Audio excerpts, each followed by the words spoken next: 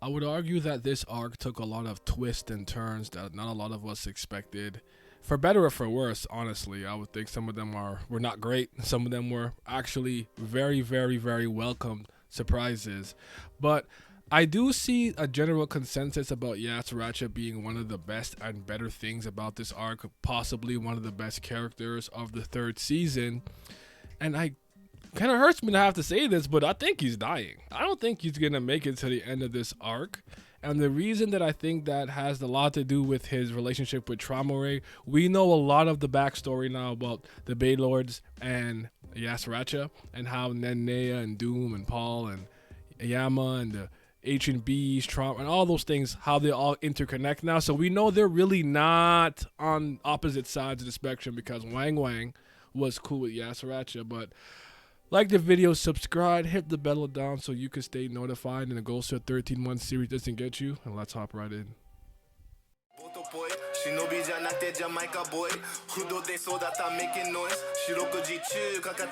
It don't matter though. Young nigga from Canada, brought from that bullshit and go like a matador.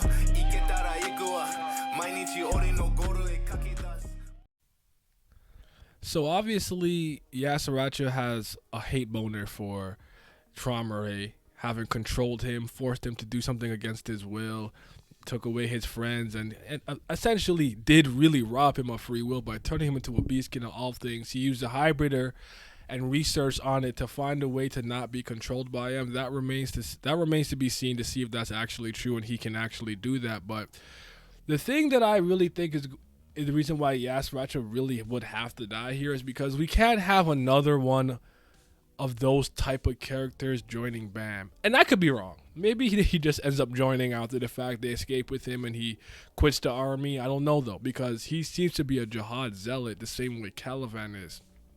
Caliban may have done things that go against the army and are maybe not, part of the proper code of conduct of the jihad empire, but he is loyal to jihad.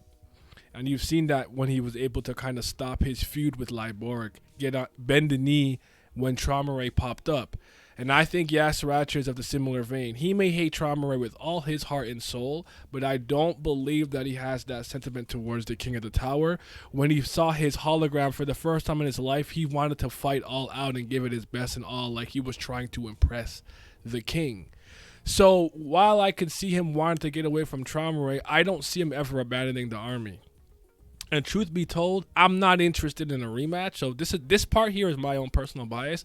I'm not interested in a round 3 with Yasratcha, Yama, Doom, Paul, whatever the case is.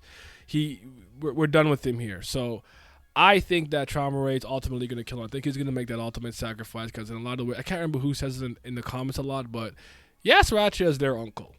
I think he's going to make the ultimate sacrifice and allow them to escape by giving his life so Yama and Doom can get away. Paul's not in the vicinity right now, so it's fine. Maybe there's some other variables that make it easier to help interrupt, but I honestly don't foresee him coming into the next arc. If you guys think I'm off on this, definitely let me know. I want to know what your guys' thoughts and opinions on this arc. I want to know if I'm off on this because originally I thought Doom wasn't going to make it, but now I think Doom is going to make it out this arc, honestly. So a lot has changed. But yeah, quick little video here. I want to gauge the community's opinion on this topic.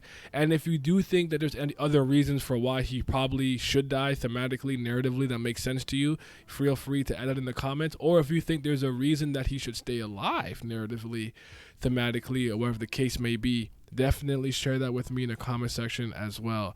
But before I go, last thing. I want to say that I was initially wrong about Yasratcha. I already made a video about it where I wasn't messing with him. I was Team Yama all the way, and I've done a complete 180 at this point where I don't really rock with Yama like that. I don't hate him, but it's not my guy. And I think Yasratcha has proven himself to be quite formidable, entertaining, and I actually think he's a really well-written character that's pretty multifaceted. But I don't see any reason for him to continue on with us after this arc is said and done and over. He passes on what he needs to pass on to Yama, and Yama will embody his will and Wang Wang's will and maybe become some type of like I'll say a hybrid. I don't mean a hybrid of like cat and dog. I just mean of like taking the parts of Yasratcha that were good and make sense, and disregarding the parts that didn't, and taking the parts from his father that are good that make sense, and discarding the parts that aren't really that great, and then becoming like, the inherited will of those two are passed on to him, so to speak. But let me know what you think. If I'm off on this, let me know. You guys be safe. I want to give a tremendous shout out to everybody who's been supporting me on Patreon. You guys have no idea how much it means to me. Shout out to the certified band lovers. Shout out to the priests of fire, but especially my fifth and gods, my tier 3 patrons. Shout out to Sonny Katapali, Simi, Shoddy to Your Body, Scobe, Revenant, Miles, Chris, Cayenne, Irene Sharda, Tris, David Langstaff, Childish Nujabes, Bloody Winters, Alan Petrie, and my boy Abdel. Your support is greatly appreciated. Thank you.